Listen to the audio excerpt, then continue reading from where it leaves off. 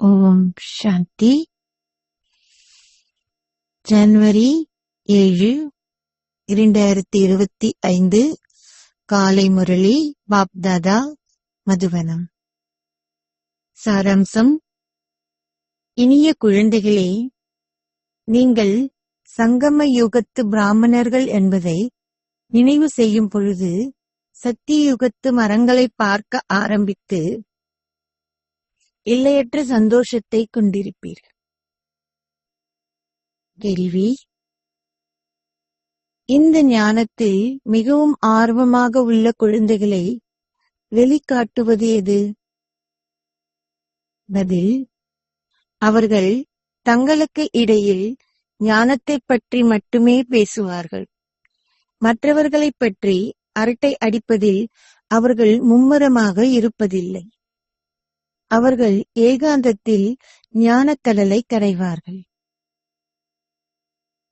கேள்வி: குழந்தைகளாகிய நீங்கள் மட்டுமே அறிந்துள்ள இவ்வுலக நாடகத்தின் ரகசியம் என்ன? பதில்: இந்நாடகத்தில் சிவபாபாவை தவிர வேறு எவரும் நிரந்தரமானவர்கள் கிடையாது. இப்பழைய உலகின் ஆத்மாக்களை புதிய உலகிற்கு அழைத்துச் செல்வதற்கு யாரோ ஒருவர் தேவைப்படுகிறார். குழந்தைகளாகிய நீங்கள் மட்டுமே நாடகத்தின் இந்த ரகசியத்தை அறிவீர்கள். ஓம் சாந்தி. தந்தை அதிமங்களகரமான சங்கம யுகத்தில் வந்து ஆன்மீக குழந்தைகளாகிய உங்களுடன் பேசுகிறார். நீங்கள் பிராமணர்கள் என்பதை குழந்தைகளாகிய நீங்கள் புரிந்து கொள்கிறீர்கள்.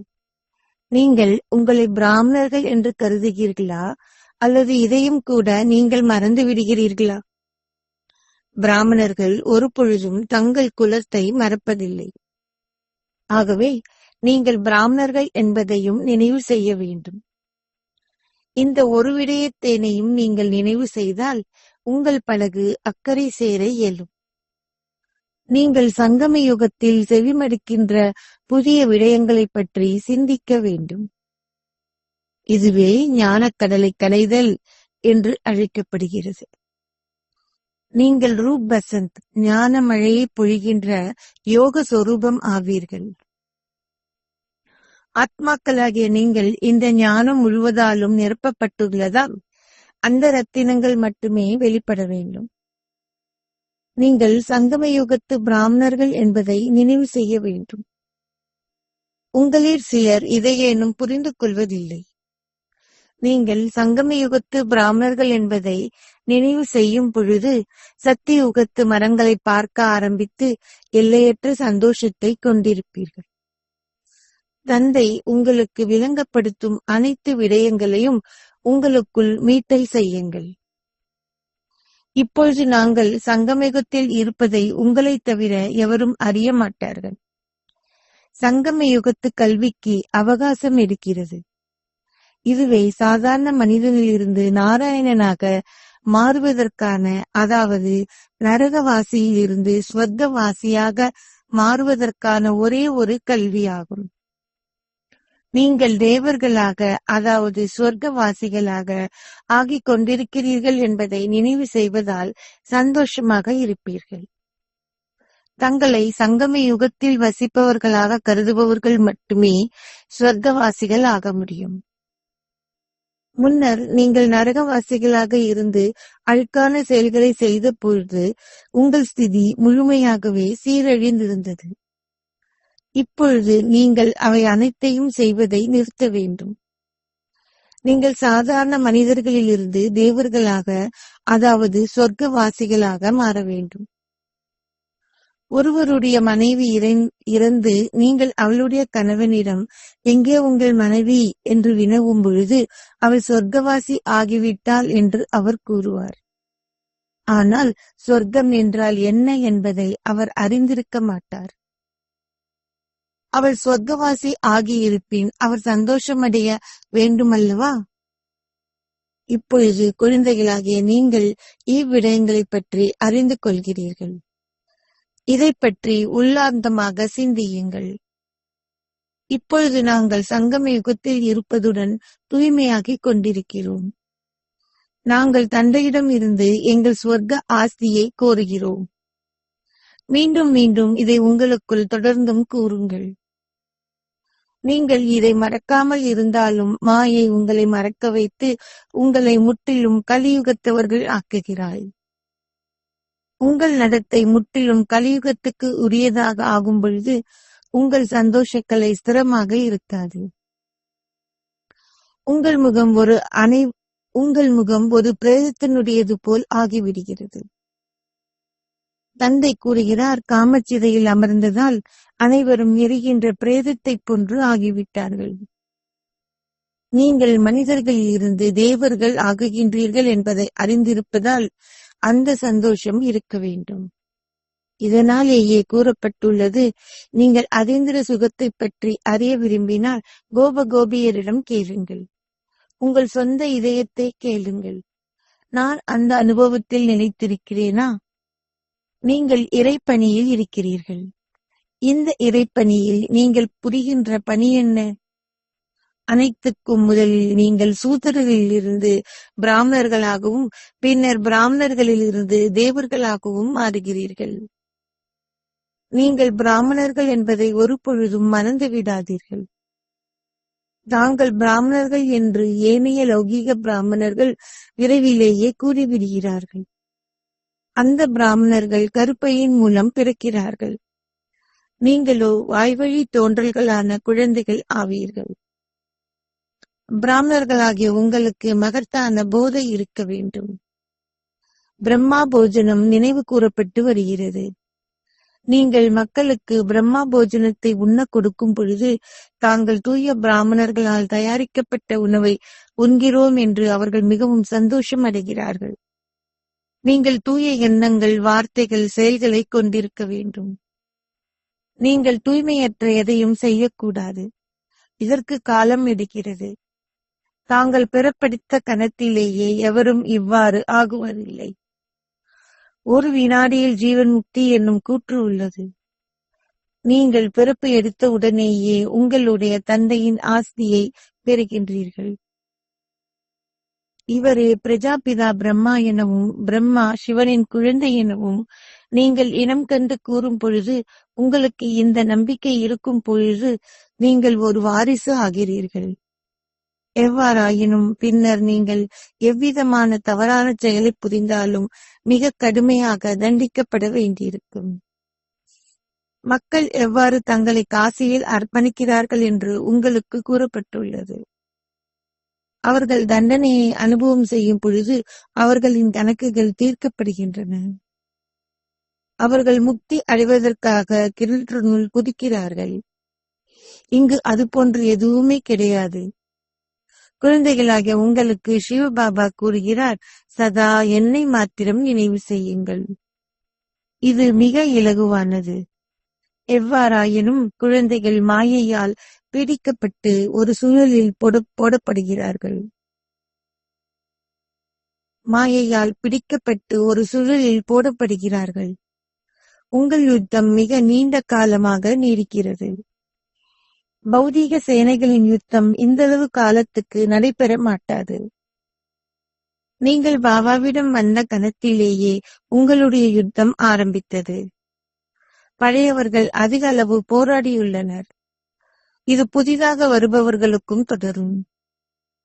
அந்த யுத்தத்தில் படை வீரர்கள் மரணிக்கும் பொழுது அவர்களுக்கு பதிலாக ஏனையவர்கள் நியமிக்கப்படுகிறார்கள். இங்கும் சிலர் மரணிக்கிறார்கள். ஆனால் இன்னமும் எங்கள் எண்ணிக்கை தொடர்ந்தும் அதிகரிக்கிறது. விருட்சம் பெரிதாக வளர வேண்டும்.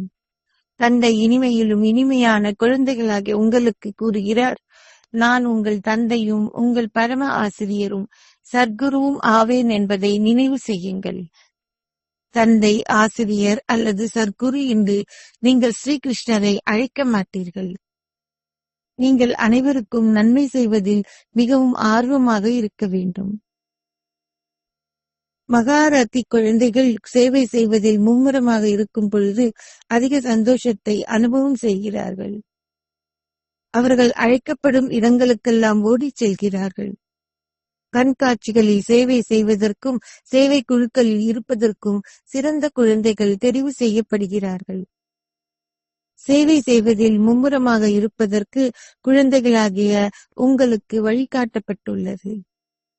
அதன் மூலமாக நீங்கள் இறைப்பணியில் இருக்கும் சிறந்த குழந்தைகள் என்பதை மக்கள் புரிந்து கொள்வார்கள்.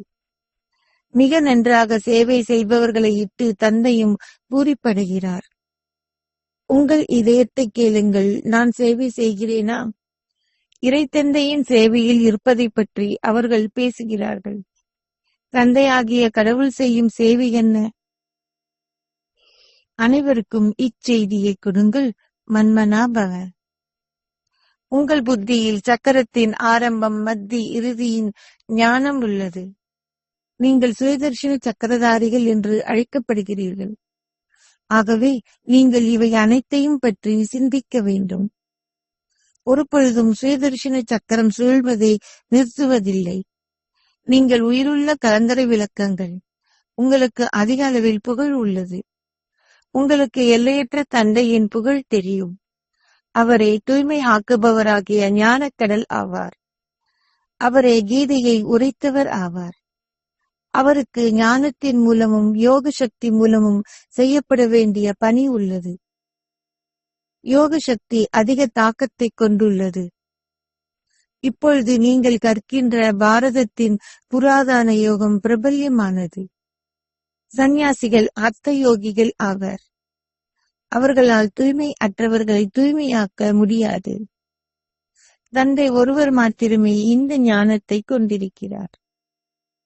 நீங்கள் இந்த ஞானத்தினூடாக பிறவி எடுக்கிறீர்கள். கீதையே தாயும் தந்தையும் என்று கூறப்படுகிறது. தாயும் தந்தையும் உள்ளனர். சிவபாபாவின் குழந்தைகளாக இருப்பதுடன் உங்களுக்கு தாயும் தந்தையும் தேவைப்படுகின்றனர். மக்கள் இதை பாடினாலும் அவர்கள் எதையும் விளங்கிக் கொள்வதில்லை. இதன் அர்த்தம் மிகவும் ஆழமானது என்று தந்தை விளங்கப்படுத்துகிறார். தந்தையாகிய கடவுளே என்று கூறப்படுகிறது. பின்னர் ஏன் நீங்கள் தாயும் தந்தையும் என்று கூறுகிறீர்கள்? இங்கு சரஸ்வதி இருப்பினும் உண்மையில் பிரம்மபுத்திராவே உண்மையான தாய் என்று பாபா விளங்கப்படுத்தியுள்ளார். கடலிலும் பிரம்மபுத்திராவும் உள்ளன. கடலும் பிரம்மபுத்திராவும் உள்ளன. இந்த இரண்டினதும் சங்கமமே முதல் சங்கமம் ஆகும். பாபா இவரில் அவதரிக்கிறார். இவை மிகவும் சூட்சுமமான விஷயங்கள். இவை மிகவும் சூட்சுமமான விடயங்கள். உங்களில் பலர் இவ்விடயங்களை உங்கள் புத்தியில் வைத்திருப்பதில்லை. உங்களில் பலருக்கு அவற்றை பற்றி சிந்திக்க இயலாது உள்ளது. அவர்கள் ஒரு குறைந்த அந்தஸ்தையை அடைவார்கள். ஆகவே அவர்களுக்கு மிகவும் குறுகிய புத்திகளே உள்ளன. இப்பொழுதும் தந்தை அவர்களுக்கு இன்னமும் கூறுகிறார், உங்களை ஒரு ஆத்மாவாக கருதுங்கள். இது இலகுவானது இல்லையா? பரமாத்மாவே ஆத்மாக்களாகிய எங்களின் தந்தை ஆவார். அவர் ஆத்மாக்களாகிய உங்களுக்கு கூறுகிறார், சதா என்னை மாத்திரம் நினைவு செய்யுங்கள். உங்கள் பாவங்கள் அழிக்கப்படும். இதுவே பிரதான விடயமாகும். மந்த புத்தி உடையவர்களால் இந்த ஆழமான விடயங்களை விளங்கிக் கொள்ள முடியாது. இதனாலேயே கீதை கூறுகிறது, மன்மனா பவ. நினைவு யாத்திரையில் நிலைத்திருப்பது மிகவும் சிரமமாக உள்ளதாகவும் தாங்கள் மீண்டும் மீண்டும் மறந்து விடுவதாகவும் பாபாவுக்கு எழுதுகின்ற எல்லோரும் கூறுகிறார்கள். ஏதோ ஒன்று அவர்களை தோற்கடிக்கிறது. இது மாயைக்கும் கடவுளின் குழந்தைகளான உங்களுக்கும் இடையிலான ஒரு குத்துச்சண்டை ஆகும். வேறு எவருக்கும் இது பற்றி தெரியாது. உங்கள் கர்மாதி சிதியை அடைவதற்கு நீங்கள் மாயையை வெற்றி கொள்ள வேண்டும். முதலில் நீங்கள் கர்ம உறவு முறைகளுக்குள் வந்தீர்கள். அரை கல்பத்திற்கு பின்னர் நீங்கள் படிப்படியாக கர்ம பந்தனங்களை கொண்டிருக்க ஆரம்பித்தீர்கள். அனைத்துக்கும் முதலில் நீங்கள் தூய ஆத்மாக்களாக இருந்தபோது உங்கள் செயல்களில் சந்தோஷத்துக்குரிய அல்லது துன்பத்துக்குரிய பந்தனம் இருக்கவில்லை. நீங்கள் சந்தோஷ உறவு முறைகளுக்குள் வந்தீர்கள். நீங்கள் சந்தோஷ உறவு முறைகளில் இருந்தீர்கள் எனவும் பின்னர் துன்பம் நிறைந்த உறவு முறையை கொண்டிருந்தீர்கள் எனவும் இப்பொழுது நீங்கள் புரிந்து கொள்கிறீர்கள். நீங்கள் தூய ஆத்மாக்களாக இருந்தபோது உங்கள் செயல்களில் சந்தோஷத்துக்குரிய அல்லது துன்பத்திற்குரிய பந்தனம் இருக்கவில்லை. நீங்கள் சந்தோஷ உறவு முறைகளுக்குள் வந்தீர்கள். நீங்கள் சந்தோஷ உறவு முறைகளில் இருந்தீர்கள் எனவும் பின்னர் துன்பம் நிறைந்த உறவு முறையை கொண்டிருந்தீர்கள் எனவும் இப்பொழுது நீங்கள் புரிந்து கொள்கிறீர்கள். இப்பொழுது நீங்கள் நிச்சயமாக சந்தோஷ உலகத்துக்கு செல்லப் போகிறீர்கள். உலகம் புதியதாகவும் நீங்கள் தூய்மையாகவும் இருந்த பொழுது நீங்கள் அதிபதிகளாக இருந்தீர்கள். இப்பொழுது இந்த பழைய உலகில் தூய்மையற்றவர்கள் ஆகியுள்ளீர்கள். இப்பொழுது நீங்கள் தேவர்கள் ஆகுகின்றீர்கள். ஆகவே அதை நினைவு செய்யுங்கள். தந்தை கூறுகிறார், என்னை நினைவு செய்யுங்கள். உங்கள் பாவங்கள் அனைத்தும் அழிக்கப்படும். நீங்கள் திரும்பவும் என்னுடன் வீட்டுக்கு வருவீர்கள். நீங்கள் உங்களுடைய மௌன தாமத்தின் ஊடாக உங்கள் சந்தோஷ தாமத்துக்கு செல்ல உள்ளீர்கள். அனைத்துக்கும் முதலில் நீங்கள் வீட்டுக்கு திரும்பிச் செல்ல வேண்டும். தந்தை கூறுகிறார், என்னை நினைவு செய்யுங்கள், நீங்கள் தூய்மை ஆகுவீர்கள். தூய்மை ஆக்குபவரான நானே உங்களை தூய்மையாக்குவதால் நீங்கள் வீட்டுக்கு திரும்பிச் செல்ல முடியும். இவ்விதமாக உங்களுடன் பேசுங்கள். இப்பொழுது சக்கரம் ஒரு முடிவுக்கு வருகிறது. நாங்கள் இத்தனை பிறவிகளை எடுத்துள்ளோம். தூய்மை அற்றவர்களிடமிருந்து எங்களை தூய்மை ஆக்குவதற்கு தந்தை இப்பொழுது வந்துவிட்டார். யோக சக்தியினால் மாத்திரமே நாங்கள் தூய்மையாக முடியும். யோக சக்தி மிகவும் பிரபல்யமானது. தந்தையால் மாத்திரமே உங்களுக்கு இதை கற்பிக்க முடியும். இதற்காக உங்கள் சரீரத்தின் மூலம் நீங்கள் எதையும் செய்ய தேவையில்லை. இவ்விடயங்களை நாள் முழுவதும் கடையுங்கள். நீங்கள் எங்கு சென்றாலும் ஏகாந்தத்தில் அமர்ந்திருந்து உங்கள் புத்தியில் இவ்விடயங்களை கொண்டிருங்கள். நீங்கள் வீட்டின் கூரையில் அதிக அளவு ஏகாந்தத்தை கொண்டிருக்க முடியும். இதில் பயம் என்னும் கேள்வியே இருக்கக்கூடாது. முன்னர் முரளியை செவிமடித்த பின்னர் நீங்கள் கேட்டவற்றை கரைவதற்கு மலைகளுக்கு சென்றீர்கள். ஞானத்தில் ஆர்வமுடையவர்கள் தங்களுக்கு இடையில் ஞான விடயங்களை பற்றி மட்டுமே பேசுவார்கள். அவர்களிடம் ஞானம் இல்லாவிட்டால் அவர்கள் மற்றவர்களை பற்றி அரட்டை அடிக்க ஆரம்பித்து விடுகிறார்கள். உங்கள் கண்காட்சிகளில் பல்வேறு மக்களுக்கும் நீங்கள் இப்பாதையை காண்பிக்க முடியும். உங்கள் தர்மம் அதிக சந்தோஷத்தை கொடுக்கிறது என்று உங்களுக்கு தெரியும். நீங்கள் ஏனைய சமயத்தவர்களுக்கு அவர்கள் ஒரு தந்தையையே நினைவு செய்ய வேண்டும் என்பதை விளங்கப்படுத்த வேண்டும். அவர் ஒரு முஸ்லிம் அல்லது நீங்கள் இவ்வாறவனர் அவர் ஒரு முஸ்லிம் அல்லது நீங்கள் இவ்வாறானவர் என்று நீங்கள் சிந்திக்க கூடாது. இல்லை, நீங்கள் ஒவ்வொருவரும் ஓர் ஆத்மா ஆவீர்கள். நீங்கள் மற்றவரை ஒரு ஆத்மாவாக பார்க்க வேண்டும். அந்த ஆத்மாவுக்கு நீங்கள் விளங்கப்படுத்த வேண்டும். நீங்கள் உங்கள் கண்காட்சிகளில் விளங்கப்படுத்த வேண்டும். ஆகவே இதை பயிற்சி செய்யுங்கள். இந்த ஆத்மாவாகிய நான் எனது சகோதர ஆத்மாவுக்கு விளங்கப்படுத்துகிறேன். நாங்கள் இப்பொழுது தந்தையிடமிருந்து எங்கள் ஆஸ்தியை பெறுகின்றோம். நாங்கள் எங்களுடைய சகோதரர்களுக்கு இந்த ஞானத்தை கொடுக்கும் ஆத்மாக்களாக எங்களை கருதுகிறோம். நீங்கள் இப்பொழுது தந்தையிடம் வர வேண்டும். நீங்கள் நீண்ட காலத்துக்கு முன்னர் அந்த சாந்திராமத்தை விட்டு பிரிந்து சென்றீர்கள். இங்கு அதிக அளவு துன்பமும் அமைதியின்மையும் உள்ளன. தந்தை கூறுகிறார், இப்பொழுது உங்களை ஒரு ஆத்மாவாக கருதுவதை பற்றி பயிற்சி செய்யுங்கள். அப்பொழுது நீங்கள் பெயர்களையும் ரூபங்களையும் சரீரங்கள் போன்றவற்றையும் மறப்பீர்கள். நீங்கள் ஏன் இன்னார் ஒரு முஸ்லிம் என்று எண்ண வேண்டும்? அவரை ஒரு ஆத்மாவாக கருதியவாறு அவருக்கு நீங்கள் விளங்கப்படுத்த வேண்டும். அந்த ஆத்மா நல்லவரா அல்லது தீயவரா என்பதை நீங்கள் புரிந்து கொள்ள முடியும். தீய ஆதிக்கம் உள்ளவர்களிடமிருந்து விலகி இருக்குமாறு ஆத்மாக்களாகிய உங்களுக்கு கூறப்பட்டுள்ளது. இப்பொழுது நீங்கள் எல்லையற்ற தந்தையின் குழந்தைகள். இங்கு உங்கள் பாகங்களை அடிப்பதை நீங்கள் இப்பொழுது முடித்து விட்டதால் வீட்டுக்கு திரும்பிச் செல்ல வேண்டும். நீங்கள் தூய்மையாக வேண்டும். நிச்சயமாக நீங்கள் தந்தையை நினைவு செய்ய வேண்டும். இப்பொழுது தூய்மையாகுவதால் நீங்கள் தூய உலகின் அதிபதிகள் ஆகுவீர்கள். மக்கள் வார்த்தைகளில் ஒரு சத்திய பிரமாணம் செய்கிறார்கள். தந்தை கூறுகிறார், நீங்களும் ஒரு சத்திய பிரமாணம் செய்ய வேண்டும். தந்தை உங்களுக்கு விவேகமான வழிமுறைகளை கொடுக்கிறார். உண்மையில் ஆத்மாக்களாகிய நீங்கள் சகோதரர்கள்.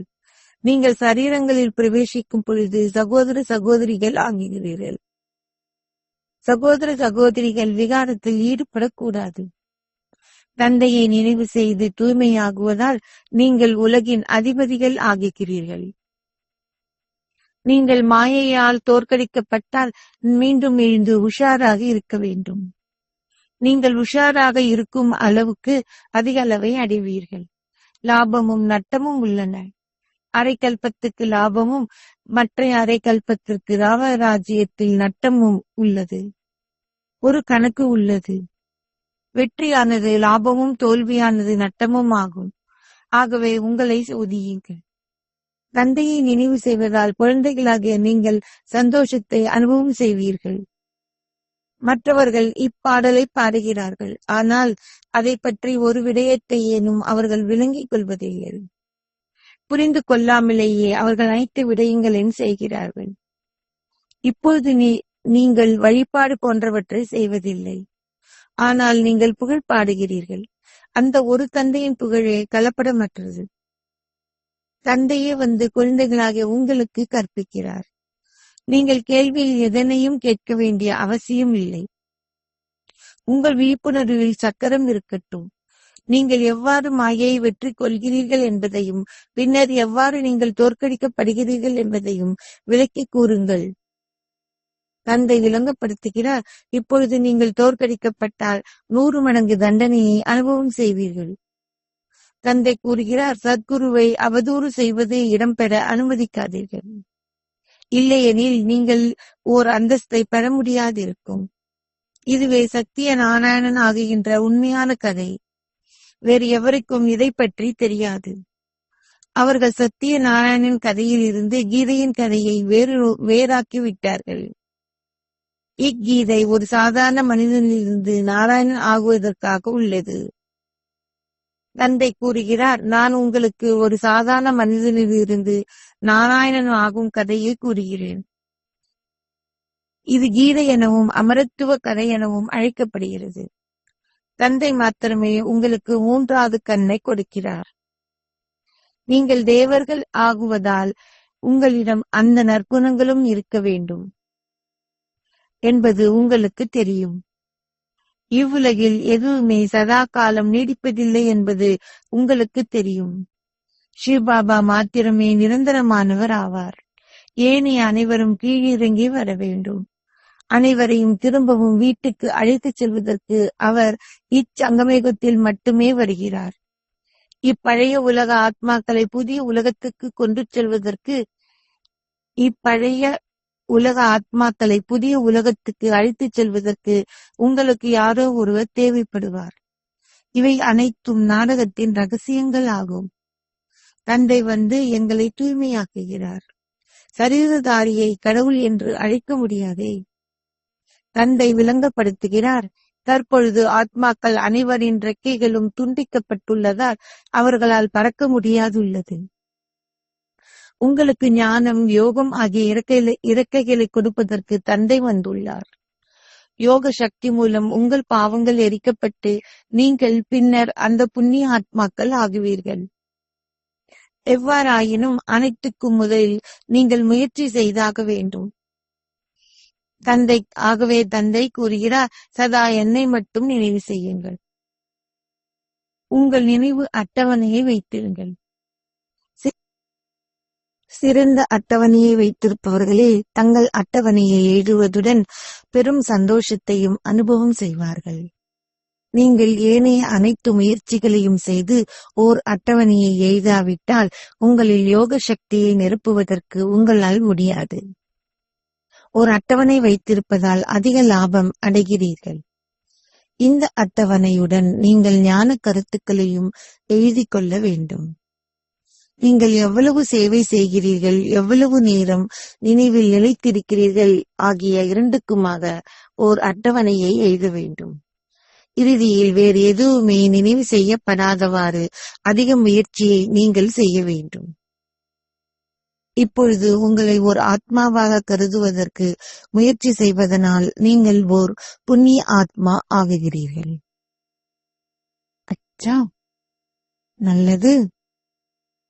இனிமையிலும் இனிமையான அன்புக்கு உரிய எப்போதோ தொலைந்து இப்போது கண்டுபிடிக்கப்பட்டிருக்கும் குழந்தைகளான உங்களுக்கு உங்கள் தாய் தந்தையாக இருக்கும் பாப் தாதாவின் அன்பும் நினைவுகளும் காலை வந்தனங்களும். ஆன்மீக தந்தை ஆன்மீக குழந்தைகளான உங்களுக்கு நமஸ்தே சொல்கிறார். ஆன்மீக தந்தைக்கு ஆன்மீக குழந்தைகளின் அன்பு நினைவுகள் மற்றும் நமஸ்தே. தாரணைக்கான சாராம்சம் 1.